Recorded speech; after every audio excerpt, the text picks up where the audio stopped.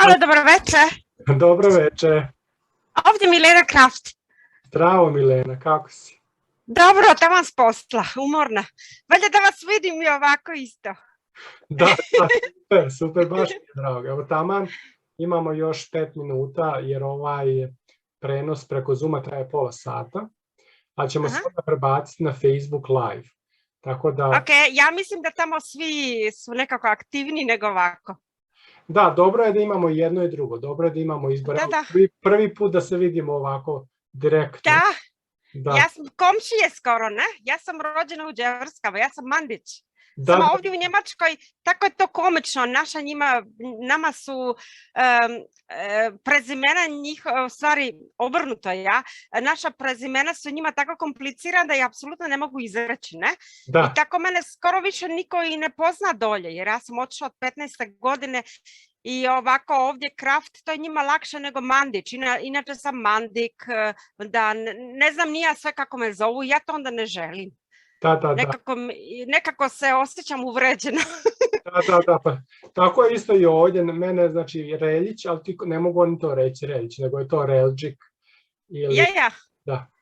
Da, baš tako, komplicirano. Komplicirano, da. Sad je tamo, znači, kod vas 8:30. Da, 8:30 i večeras se vreme mijenja, imamo zimsko vreme, znači 1 sat vraćamo nazad. A kod nas će biti za 2 sedmice, ja mislim, ne odmah. Molim?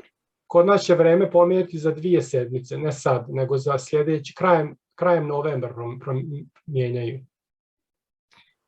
Da, a za kod nas je večeras, znači u 3 sata ujutro, od 3 ide na 2. 1 sat imamo više spavati. Da. A kako i djeca u Bavarskoj, Da, kako se čini zidić od babe Mande? A, super je, ko da smo dolje. Nekako nostalgija me baš vuče, ovih sam dana baš tako malo i tužna isto, jer mama mi je umrla baš prije godinu dana, će 6. novembra, tačno godinu dana, pa tako nekako baš sam tužna i sutra idem tatu posjetiti, tako on je star 87 godina i u blizini smo, ovdje imam 12 km do njega, pa ću nabrala sam puno dunja, sad ću početi malo da do ponoći imam vremena.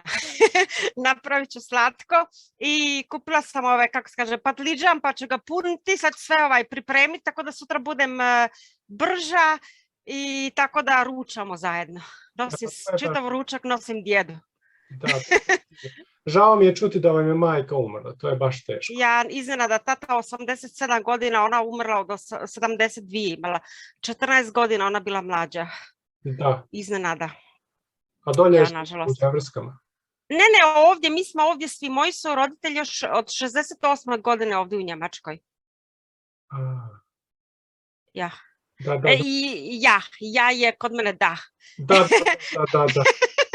Tako ja koristim ok stalno, bez obzira. Ja, ok, ali it's ok, ja. Ovdje isto. Sve istina. Prošli put ja mislim da si mi ti bila preporučila da stavim 2. Da, 2, inače to klizi, to nešto svileno. Da. Nemoj se zadaviti, čoveče. Da. I Mandela je stavila 2 čvora. Ja sam bila sad šalom zamotala, kišica nekako pada. Nije baš ledeno, ali kiša. Da. Evo, pa sam i pokisla isto tako. Kad ti došla, draga moja Milena, onda hoćeš da ti čitam jednu pjesmu. Može, bilo koju. Ali nemoj mi neku tužnu. Dobro, evo, Bila jedna lijepa ljubavna pjesma, ali ne mogu se sjetiti ko je napisao. Ja mislim da Branko Trtica je pisao. Ali ne znam na kojoj strani. Ja mislim da sam nju slučajno poželjela. Evo. 51 je jako tužna, koliko znam. Tu sam isto poželjela. Da, ima dosta tužnih pjesama, ali ima dosta naravno i romantičnih, ali u tome život je protkan i od tuge, i od bole, i od ljubavi. Tako da pokušao sam da pokrijem sve. Evo, samo za tebe. Nisam ja ovdje jedina koja gledam. A gledat će svi kasnije, o tome se radi. Evo, samo... Oh my god! Da. Zato idemo i sa Zoomom. i sa Facebookom, tako da pokrijemo dvije različita pristupa. Ok. Pisao naš Branko Trtica, pjesma se zove Budi moje. Evo ovako. I onda imamo, ja mislim, još 5-6 minuta, jer ovo traje 40 minuta ovaj prenos. Samo napred. Budi moje. Budi moje more i moja rijeka. Uplašena srna što izvoru hodi. Sunce u svanuće što ga zora čeka, da blagosiljam što se takva rodi. Budi moja rujna zora, zrno pijeska morskog žala, biser školjka sa dna mora, lastavica iznad vala. Budi moja noćna mora, leptir što sleće na rosu, kraj potoka ispod bora, ja bih da ti mrsim kosu. To je napisao naš Branko Trtica, pjesma se zove Budi moje. Eto. Baš je fino. Jel dobro? Jeste, boga mi. Nisam majstor baš neki za pisanje. Ovako neke tekstove da, ali pjesme to ne mogu se skoncentrisati nekako. Inače, bila sam dobra u srpskom jeziku. Odlično. Pa ja mislim da samo pišite, znate, to je ono što kod nas se dosta traže greške i šta će ko reći i onda jednostavno ljudi izgube volju. Da. Bitno je da vi pišete, strašno mi je drago kad ja vidim vaše komentare, ja isto mogu da, ja primjećujem ljudi koji žive vanka, jer ja sam isto živim vanka, tako da ja vidim odmah drugačije misli su naše izmiješane, nekad ide po jednom jeziku, nekad po drugom. Znate na što mislim? Da, mene uvijek djeca pitaju na koji ti mama jezik misliš, ja kažem ne znam. Ja kažem, nedavno sam sanjala nešto, bila sam u staroj kući, sve vidim, Bože mili, i tražim sve one, nigdje nikoga, ali sve vidim. Kaže, mama, na kojem si jeziku sanjala? Ja kažem, ne znam, ne mogu da vam objasnim, jer ja kad idem, rećemo, dolje ljeti, ja to automatski na drugi jezik kontam, znači dva jezika istovremeno. Oni kažu, mama, ti si nemoguća. Ja, tako naučiš i to je to.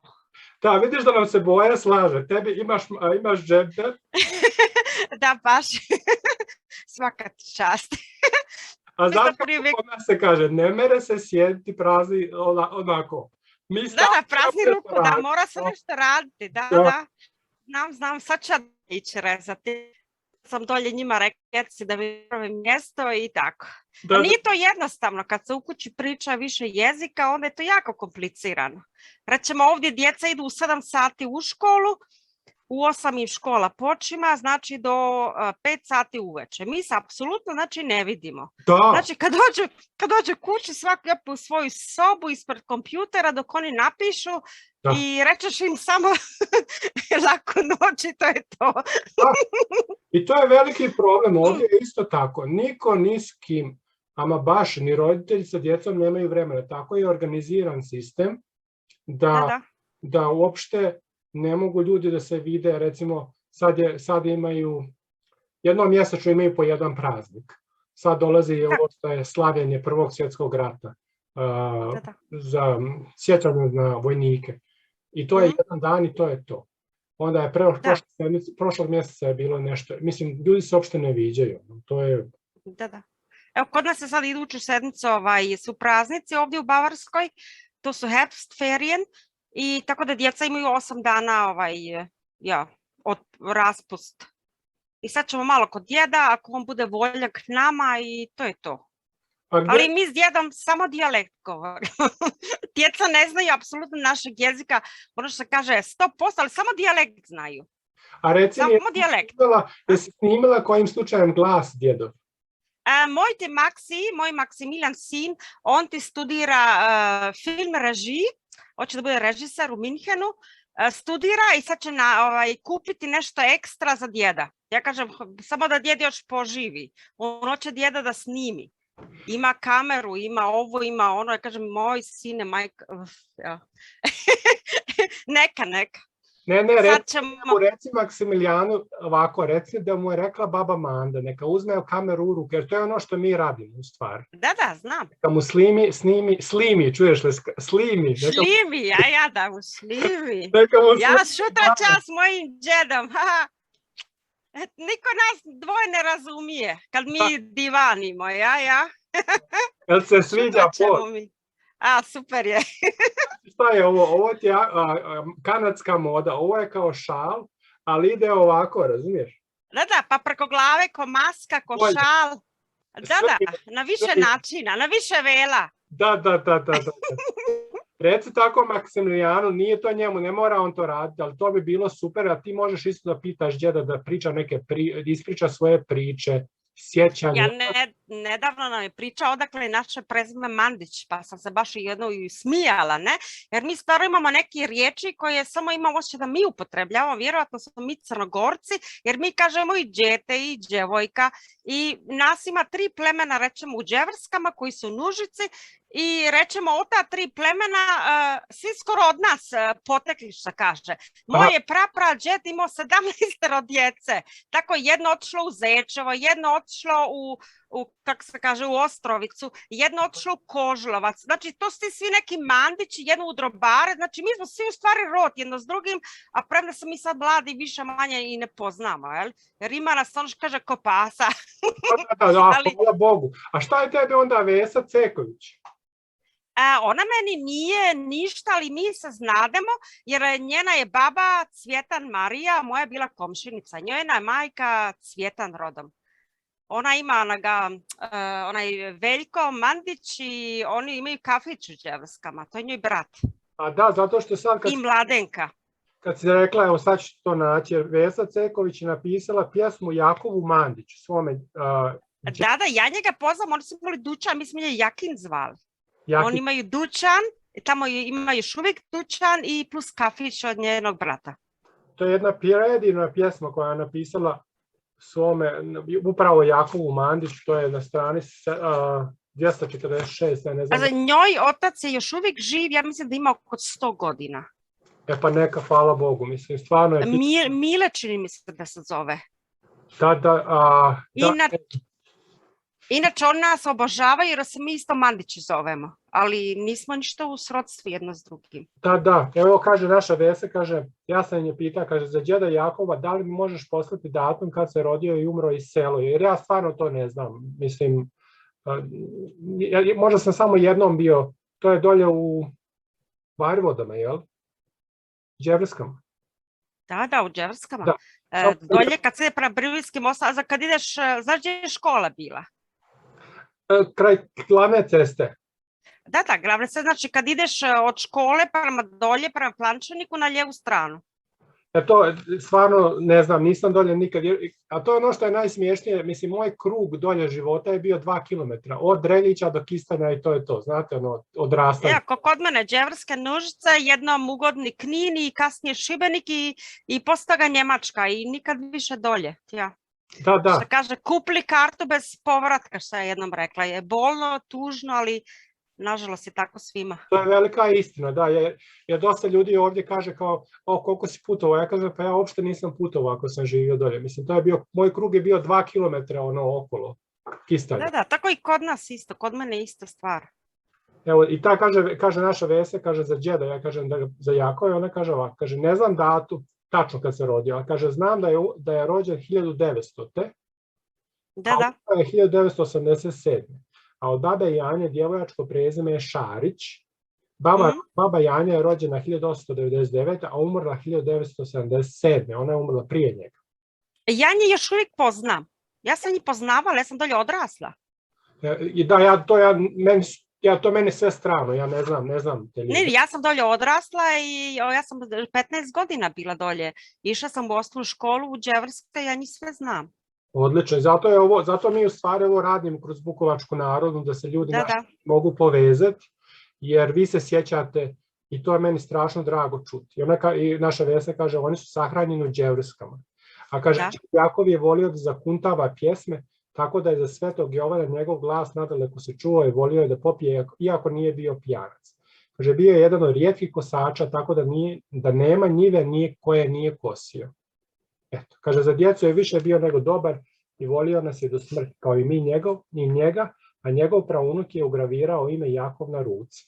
I to je stvarno zaista evo, ježim se, to je toliko moćno, to sjećanje na drage osobe. Da, ja njih poznam, zato nažalost nisam svoju babu i džeda nikad upoznala. Moja baba Stevanija je bila 901. rođen, a džed 1898. I on je bio prije Drugog svjetskog rata isto na vani u inozemstvu na radu u Belgiji.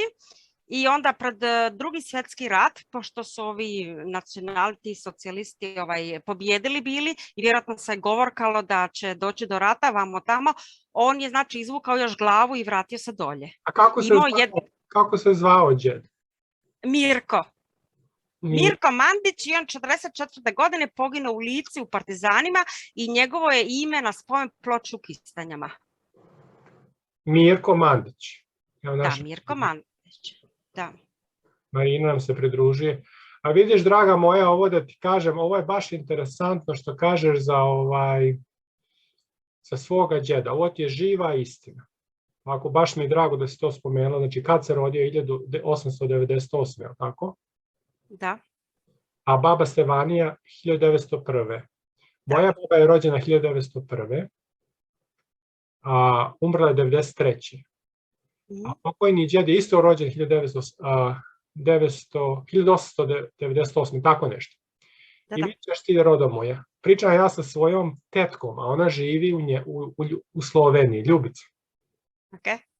Ja kažem, tetka, jer 2004. ja odem u Belgiju, jer je moj džed radio u Belgiji, da pronađem gdje je on radio, jer on je u stvari tamo naučio za. I kaže ona ovako, kao da su tute karabile, kaže ona mene ovako, kaže, džed je otišao 1930. godine u Belgiju da plati zemlju, jer kaže ta zemlja gdje smo mi bili je bila isjeckana. I da on kupi tu zemlju u Belgiju da zaradi pare. I bio je u Belgiji godinu dana, znači do 31.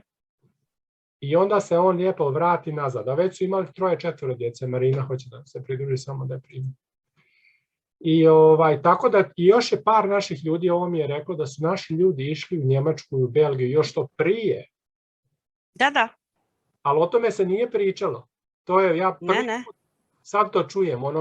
Ja imam jednu predivnu fotografiju od džeda iz Belgije i ja mislim da to je jedina koju vi imamo i kad je baba prešće umret, ja mislim posle Drugog svjetskog rata, još jednu sliku sa lične karte i to smo mi nekako 70 i neke, mama je to nekako pridvojila, bio je neki fotograf koji njih teoretski nacrta jedno pokraj drugoga, ne? Da. A te slike u biti ne postoji, ne? Jer na toj djed slici možda ima 30 godina, a baba na onoj drugoj slici, ajmo reći 50, je? Jer ona je umrla 53.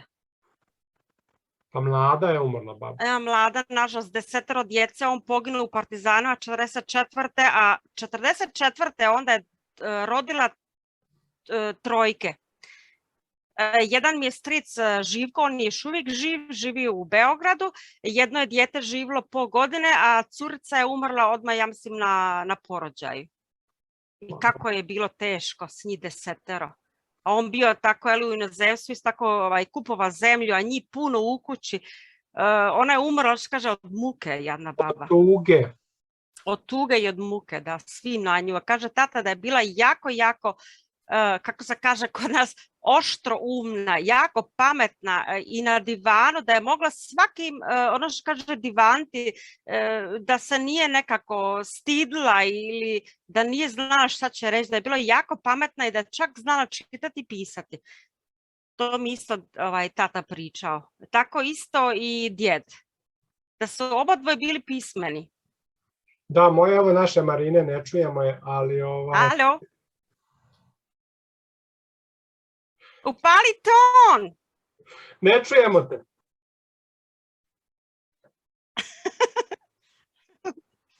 Onda vič, ali mi nju ne čujemo. Tako je. ne čujem.